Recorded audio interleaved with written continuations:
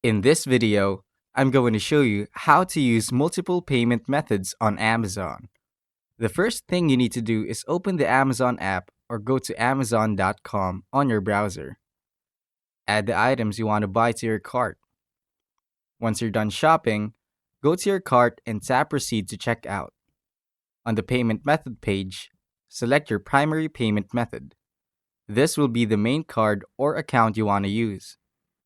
If you want to split your payment, Amazon allows you to use an Amazon gift card or promotional balance along with a credit or debit card. To do this, first apply your gift card balance by entering the claim code under the gift cards and promotional codes section.